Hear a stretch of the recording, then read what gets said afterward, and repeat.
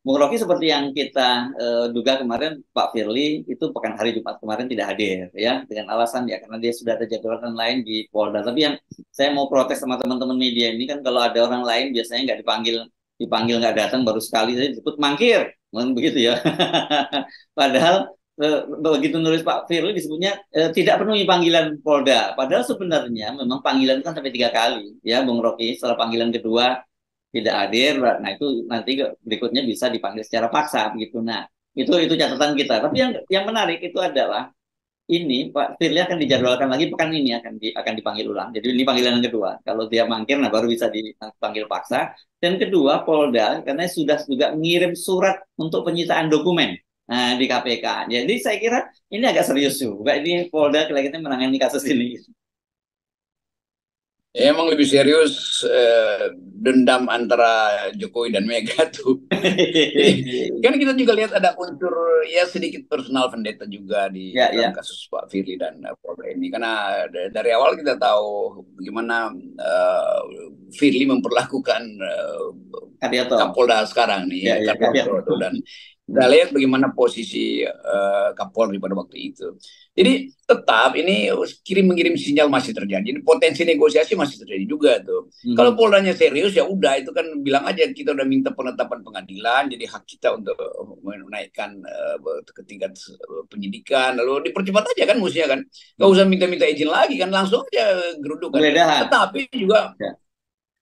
Polda menghitung kalau misalnya waktu dalam proses penggerudukan itu dan ternyata nggak ditemukan dokumen yang esensial, kan kita mesti anggap ada dokumen yang esensial yang diincar tuh, dan ternyata ya barang-barang serpihan-serpihan kecil aja yang nggak begitu penting, lalu Polda kehilangan isu untuk bikin konversi pers kan.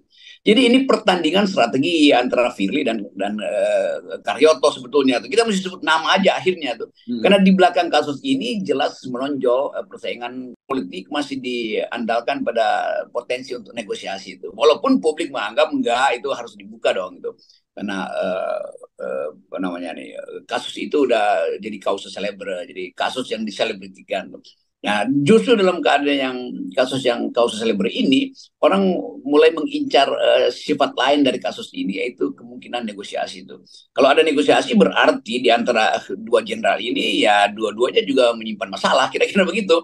Ya, Buat ya, sementara nih ya, jangan dianggap bahwa kita tahu apa yang mereka simpan tuh. Kita cuma duga-duga aja melalui keterangan yang agak tidak masuk akal karena masih ya. Pak Firly datang dan masih uh, Polda masih bilang oh mungkin Firly Bahuri masih akan mempelajari permintaan ini kan buat apa soal-soal semacam itu. Jadi Ya. dari segi komunikasi politik terbaca bahwa uh, kesempatan untuk saling mengincar masih terbuka dan saling mengincar artinya saling kirim pesan nego kira-kira begitu. Ya, ya. Oke, Bung Rocky, ini kan para capres, cawapres sudah mendaftar ke KPU ya, terutama Anies. Yang hari pertama kita tahu juga kenapa Anies bersih cepat mendaftar. Ini kan berkaitan juga dengan ada urusannya dengan KPK juga begitu ya. Apakah dengan sudah mendaftarnya Anies terutama ya, dan juga capres-capres yang lain nanti menyusul Pak Prabowo besok gitu, terakhir ada terakhir, eh, keberadaan Firly ini masih signifikan gitu, masih diperhitungkan oleh Pak Jokowi gitu. Dan ini saya kira penting loh berkaitan dengan kelanjutan kasus Firly di Polda. Iya sebetulnya eh, secara strategi itu mestinya eh, Pak Jokowi terus mempersoalkan status Anies kan melalui KPK kan peralatan Jokowi untuk menghalangi Anies adalah KPK itu kan. Ya, ya, Tapi ya. terlihat udah nggak ada cara itu. Jadi Jokowi nggak mungkin Jokowi mau perang dengan semua orang, perang dengan Anies, perang dengan Megawati, perang dengan apa namanya Kapolri segala macam tuh perang dengan intelijen karena dia lagi fokus untuk memastikan bahwa anaknya itu harus Hmm. masuk dalam putaran politik Hmm. 2024 kan cuma itu kan.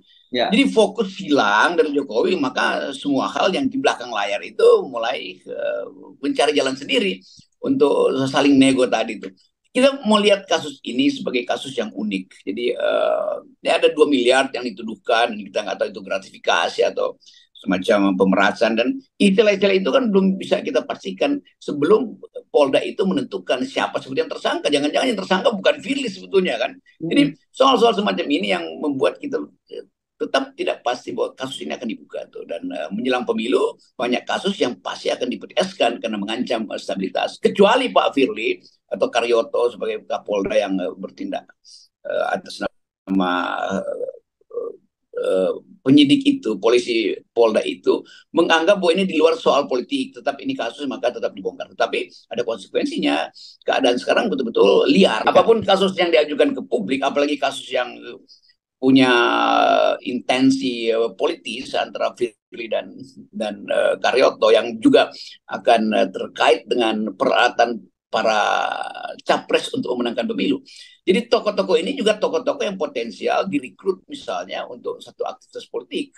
Itu yang sebetulnya hitungan yang kadangkala tiba-tiba kita mesti masukkan variabel politik dalam kasus ini karena Pak Jokowi dan Ibu Mega berebut peralatan politik melalui lembaga-lembaga termasuk lembaga kepolisian dan KPK. Ya harusnya kan sebenarnya kalau dalam negara yang normal gitu ya kita ngomongin negara yang semuanya berjalan sesuai dengan aturan, kasus semacam ini mudah dan sederhana sekali, dan rasanya sih kalau terjadi kasus semacam ini bisa jadi skandal besar yang mengguncang saya kira ya Bung Rocky. Tapi di kita kelihatannya ya udah biasa lah, apalagi kalau Firly itu kan udah berapa kali dilaporkan begitu, orang juga lama-lama ya paling nanti juga selesai sendiri gitu. Buktinya dulu dia pernah juga dilaporkan waktu dia masih deputi penindakan, malah sekarang pulang-pulang bisa jadi ketua KPK kan. Itu jadi Firly punya track record yang orang anggap dia mampu untuk mengelak atau lolos dari kasus-kasus yang dibebankan pada dia melalui opini publik. Jadi Firly mungkin anggap ini opini publik, jadi dia tenang-tenang aja kan. Kan ada juga feeling orang yang udah bertahun-tahun ada di dalam satu lembaga, dia ngerti bahwa ini cuma sinyal atau kirim pesan khusus tuh. Jadi Firly kalau dia nggak datang, jadi biasa aja, dia melenggang aja kemarin kan nggak datang gitu. Dan nggak mungkin dituntut alasan kenapa Firly nggak datang. Firly nggak datang untuk kasih sinyal pada Polda bahwa gue nggak setunduk itu loh pada kalian tuh, karena gue juga tahu apa yang ada di Polda, kira-kira begitu. Nah kita cuma sekali lagi ini analisis yang menduga-duga, bukan kita tahu isinya, tetapi kita duga memang ada isinya. Tuh. Isinya apa entahlah, nanti belakangan mungkin lebih jelas. Tetapi Firly tahu apa yang ada di Polda dan Polda tahu apa yang ada di Firly, kan itu sama-sama tahu kira-kira begitu. Tapi untuk melengkapi persaingan dan berupaya untuk kan macam-macam pihak Firly maupun Polda itu berupaya untuk mencari apa namanya nih benefit atau keuntungan publikasi itu. Ya ya. Dan sebenarnya ini ya, ini kan karena kalau kita lihat makro politiknya ya karena pemerintahan kita ya. Sebenarnya kan kalau polisi segala macam itu dan KPK itu sebenarnya kan alat saja ya, Bung Rocky ya. Alat dari pemerintah untuk melaksanakan itu, dan sebenarnya tergantung buruknya KPK, buruk dan baiknya KPK dan buruk dan baiknya Polri itu kan tergantung dari pemerintahan yang ada saya kira kan gitu. Itu kayak kita lihat dari atas mau banyak orang mancing di empang-empang, kita nggak tahu tuh empang itu di dalamnya ada ikan yang memang hidup dari empang atau ada yang nyodorin ikan ke situ untuk dipancing tuh. Nah itu sama aja karena airnya keruh kan. Tapi kita tahu bahwa di dalam politik Indonesia polisi itu tidak mungkin tidak dikendalikan oleh kekuatan politik. Kan itu yang menyebabkan kita susah untuk menduga-duga arah sebuah kasus kan. Sama seperti kasus saya yang akhirnya dinaikkan jadi kasus disidik oleh kejaksaan sekarang. Jadi saya statusnya tersangka. Yang kita nggak pernah duga, ya ada urusan apa. Bahkan politik udah mulai dinamikanya, tapi masih aja soal saya dipersoalkan. Demikian juga lawyer saya Haris Asrar yang sangat mungkin kalau dua-dua kita itu dikendalikan oleh satu sistem yang kita nggak tahu demi apa. Tetapi yang kita tahu bahwa peradilan itu tidak lagi menjadi peradilan untuk cari keadilan, tapi peradilan yang dimanfaatkan untuk mendesain supaya ada arus yang diarahkan ke si A, ada arus yang diarahkan ke si B, atau ada arus yang ditahan. Jadi betul tadi bahwa pelembagaan politik kita nggak jalan tuh. Dan itu yang akhirnya bahkan pengamat asing menganggap bahwa lembaga-lembaga penegak hukum di Indonesia itu adalah alat politik, sempurna sebagai alat politik. Dari Mahkamah Konstitusi sampai Pengadilan Negeri. Ya, ya. Dan tapi sebenarnya kalau mau dilihat sebagai sebuah peluang yang bagus buat kepolisian, itu saya kira, terutama Polda Metro Jaya, ini sebenarnya momentum yang bagus loh. Mereka bisa menunjukkan pada publik bahwa mereka itu bisa menegakkan hukum tanpa pandang siapa dia di apa yang terlibat di situ karena kan bagaimanapun Firly ini selain dia ketua KPK jabatannya cukup tinggi, dia juga purnawirawan bintang 3 polisi. Ya, tapi orang akan lihat kenapa Jenderal Karyoto dipindahkan dari KPK ke Ya, Polda ya. Metro Jaya. Apa memang ada desain untuk supaya kasus hari ini bisa ditangani oleh Polda Metro Jaya untuk mendegradasikan Firly. Demikian juga sebaliknya. Firly mengetahui bahwa oke, ini memang desain dari awal tuh untuk menjebak saya atau menyatakan saya punya kasus dengan Syahrul Limpo karena Limpo adalah bagian dari komunitasnya Anies secara politik misalnya atau Nasdem keseluruhan. Pertanyaannya kenapa nggak dari dulu peristiwa yang udah bertahun-tahun itu baru dibuka sekarang? Kan tetap situasi itu yang membuat kita melihat bahwa ya memang permainan politik itu adalah latar belakang dari semua soal penegakan hukum di bidang korupsi. Yes, oke. Tapi mungkin kita bisa, kalau bisa positifnya kita anggap bahwa itu antisipasi bahwa akan banyak kasus yang melibatkan Firly dan dengan menempatkan Karyoto di sana itu akan lebih mudah untuk mengusutnya. Bisa jadi begitu juga ya.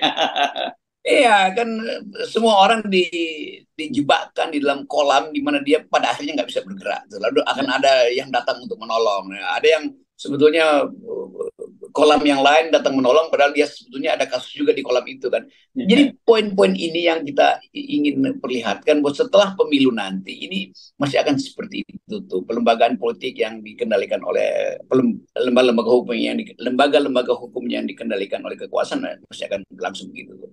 Terutama karena perubahan politik yang kita harapkan datang dengan cara yang jujur melalui pemilu itu nggak akan terjadi.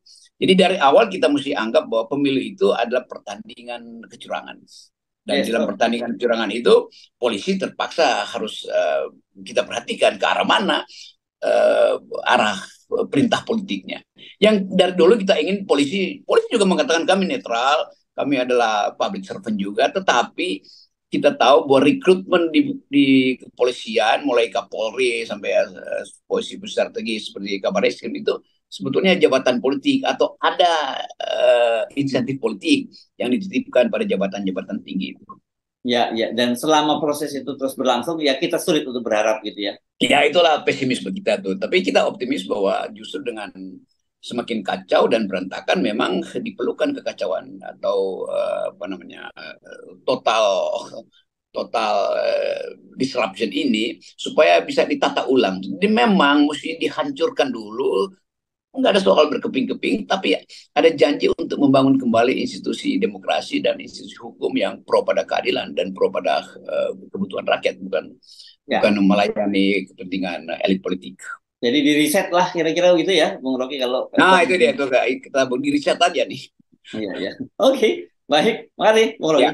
Yes, dari dulu kita udah bilang meriset itu sampai 0%, tapi mereka nggak mau. Jadi itulah.